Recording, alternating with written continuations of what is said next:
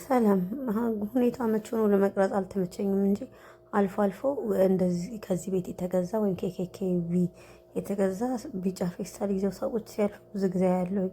በተለይ ትላንትናና ተትላንት ወዲያ ደግሞ እንደ ጉድ ነበረ። ምክንያቱም ቅዳሜና እሑድ ስለነበረ ስለዚህ ምንድን ነው ብዬ ለምን አልጎበኝላቸውም ብዬ ገብቼ አየሁኝ ማለት ነው። ሳይ እንደዚህ የተለያዩ የቆዳ መጠበቂያዎችን ነበር የሚሸጡት። የፊት ማስኮች፣ ሬንታሎች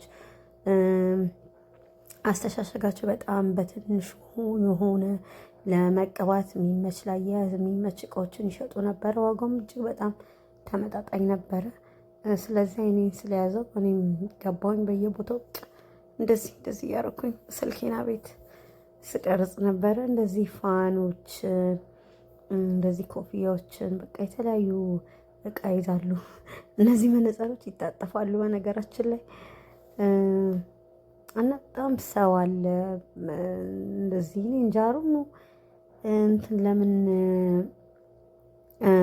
ፊሊፒኖች የቁልፍ መያዣ እንደሚወዱ ግን የተለያዩ የቁልፍ መያዣዎችን ብቻ እዚህ ይሄ ዝም ብሎ የተለያዩ ጌጣጌጦች አሉ። እንደዚህ በጣም የሚያማምሩ ኩባያዎች አሉ። ኩባያዎችን ኦልሞስት ሁሉንም ወድጃቸዋለሁ። ከሁሉም አንዳንድ ባነሳ ደስ ይለኝ ነበረ፣ ግን አንስቼስ ካነሳው በኋላ ሴት አደርገዋለሁ። ስለዚህ ይሄንን ሱቅ እዚህ ብቻ ሳይሆን ሌላኛው ሞል አይቼ ነበር። ይሄ ዣም ሞል ውስጥ ነው ያለውና ሌላ ሞል ሄጄ ነበረ፣ ስሙን አላስታውሰውም ግን እና እንደዚህ በቃ ሆት ዶግ ትራሶች በቃ እነዚህ ለልጆች በጣም ደስ ይላሉ። ግን ትልቅ ሰዎች ሲገዙ ምንድነው ፖይንቱ ላለሁ። እንደዚህ እነዚህ ደግሞ ከቦርሳችን ላይ የምናንጠለጥላቸው ወይ ደግሞ የቁልፍ መያዣ ነገር ናቸው። ፊሊፒኖች የኮሪያ ፊልም ስለሚያዩ የኮሪያ ዘፈን ስለሚመለከቱ ይሄ አይድል ምናምን የሚባል ነገር አለ። እነሱ ፎሎች ናቸው። ብቻ የተለያየ የኮሪያ ምግብ አለ። የደረቀ ስጋ ሁሉ አይቻለሁኝ።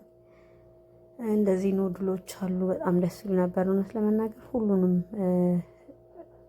ለእናንተ ለማሳየት ያህል ቀረጽኩኝ እንጂ